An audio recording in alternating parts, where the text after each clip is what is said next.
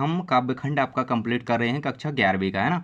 तो यहाँ पे देख सकते हैं हमें ये दोनों आपके चैप्टर कंप्लीट कर चुके हैं। फर्स्ट नंबर का कबीरदास जी का और सेकंड का मीराबाई जी का, है ना। इसके बाद है आपका पथिक, राम नरेश त्रिपाठी का चैप्टर है, देख सकते हैं आप यहाँ पे। इसे आज पूरा कंप्लीट करेंगे, पूरे क्वेश्चंस के आंसर के साथ लाया हूँ, देख सकते हैं।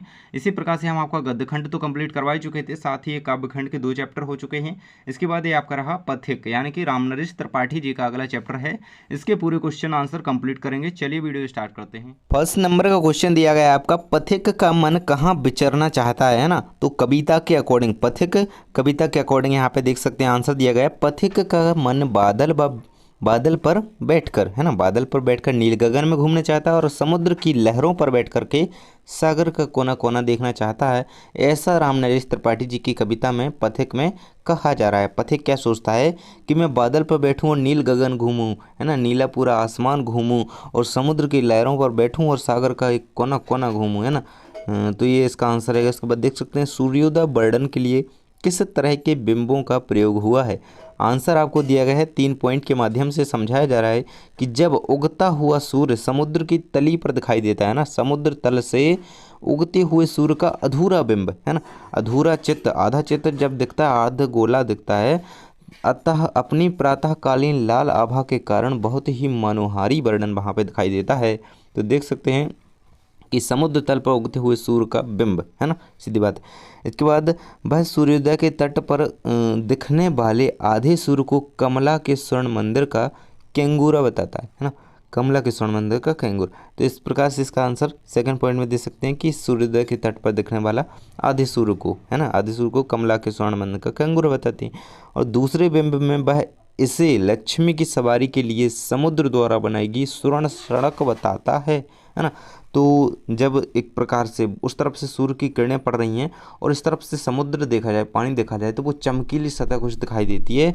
तो उससे ये समझा रहे हैं, कवि कहते हैं कि लक्ष्मी जी की सवारी के लिए समुद्र द्वारा बनाई गई स्वर्ण सड़क है वो, है ना। तो ऐसे 3 बिंब हमें दिखाई देते हैं। तो ये रहे इनके आंसर। आशय स्पष्ट करें। अगला क्वेश्चन है, ये 2 आपको पंक्तियाँ दी गई हैं, कविता की ही हैं। तो सस्मित बदन जगत का स्वामी मृदु गति से आता है, तट पर खड़ा गगन गा गा के मधुर गीत गाता है। दोनों पंक्तियाँ दी गई हैं आपको। तो इनका आपको आशय स्पष्ट करना है। खाली सी बात है, सीधी सी बात है कि व्याख्या करनी है। तो यहाँ पर रहेगा, यहाँ पे इन पंक्तियों में कवि क्या कहना चाहता है, पहले जो का वाले नंबर के हैं इनके। तो यहाँ पर कवि कहना चाहता है, इन पंक्तियों में कवि कहना चाहता है कि कवि रात्रि के दौरान रात्रि के सौंदर्य का वर्णन करता है, रात के सौंदर्य का वर्णन करता है। वह बताता है कि संसार का स्वामी मुस्कुराते हुए धीमी गति से आता है तथा तट पर खड़ा होकर आकाश गंगा के मधुर गीत गाता है। दोनों के आंसर दिए गए हैं, कंप्लीट कर लेंगे। इसके बाद अगला क्वेश्चन, समुद्र को देखकर आपके मन में क्या क्या भाव उठते हैं। यदि आपने समुद्र देखा है और आपके मन में भाव उठे हैं तो आप लिख सकते हैं करीबन 200 शब्द में।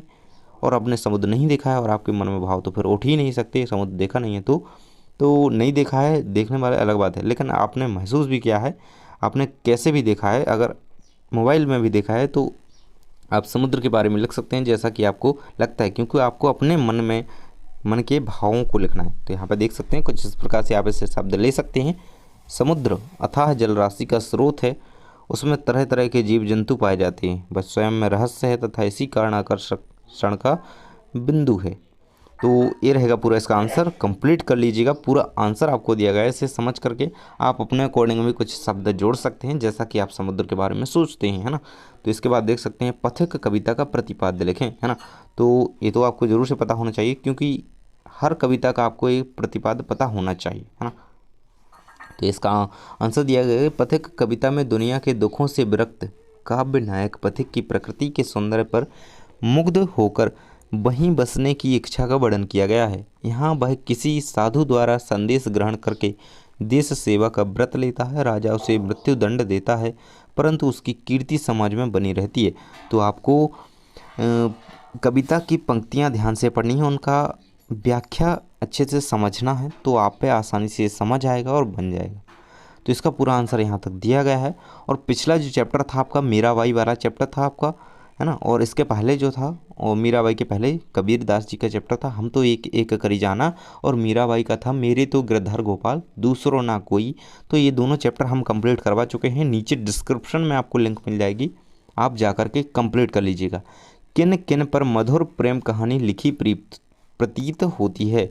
तो समुद्र के तटों पर, है ना, एक प्रकार बोल सकते हैं समुद्र की तली पर, ऐसे भी है ना, और पर्वतों, पेड़ों, तिनकों, किरणों, लहरों आदि पर यह मधुर प्रेम कहानी लिखी प्रतीत होती है ना। तो इन इन पर हमें ये प्रेम कहानी लिखी प्रतीत होती है। इसके बाद देख सकते हैं आहा, आहा प्रेम का राज, परम सुंदर, अतिशय सुंदर है, भाव स्पष्ट करो। ये पंक्ति दी गई है कविता की।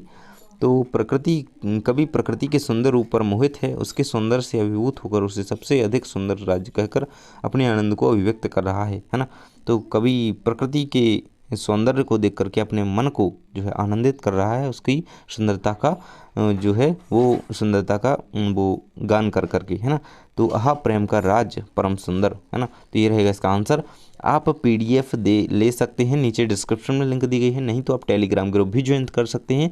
और जैसे ही आप पीडीएफ में देखेंगे, आपके पास पीडीएफ हुआ, आप इस पर क्लिक करेंगे तो आपके सामने यहाँ पे गद्य खंड का एमसीक्यू का जो पीडीएफ है वो पूरा खुल जाएगा और आप उसे कंप्लीट कर लेंगे। और इसी प्रकार से मैं आपको जो है पीडीएफ में गद्य खंड के आपके जो सभी चैप्टर के क्वेश्चन आंसर हैं वो सारे पीडीएफ का इसी प्रकार से लिंक दे दूंगा, आप उस पर क्लिक करके पूरा डाउनलोड कर सकते हैं, है ना। तो वीडियो सभी अपलोडेड हैं, जाकर के देखिए, समझिए और पूरा कंप्लीट कीजिए। और पिछले चैप्टर से देख लीजिएगा। अगले चैप्टर जो है, देखिए मैं आपको बता दूँ कि अगला चैप्टर आपका कौन सा है। इसके बाद आपका चैप्टर दिया गया है 4 नंबर का अध्याय है बे आँखें, सुमित्रानंदन पंत का चैप्टर है। इसे कंप्लीट करेंगे अगले वीडियो में। तो आप जल्दी से पीडीएफ ले लीजिए, नीचे डिस्क्रिप्शन में लिंक दी गई है, क्योंकि आप पीडीएफ से बहुत ही अच्छी तरीके से तैयारी कर सकते हैं। बहुत ही आसान भाषा में आपको यहाँ पे आंसर दिए गए हैं।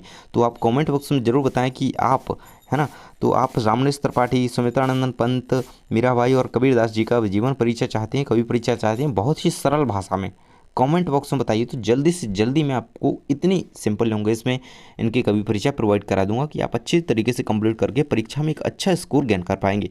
थैंक्स फॉर वॉचिंग, मिलते हैं अगले वीडियो में।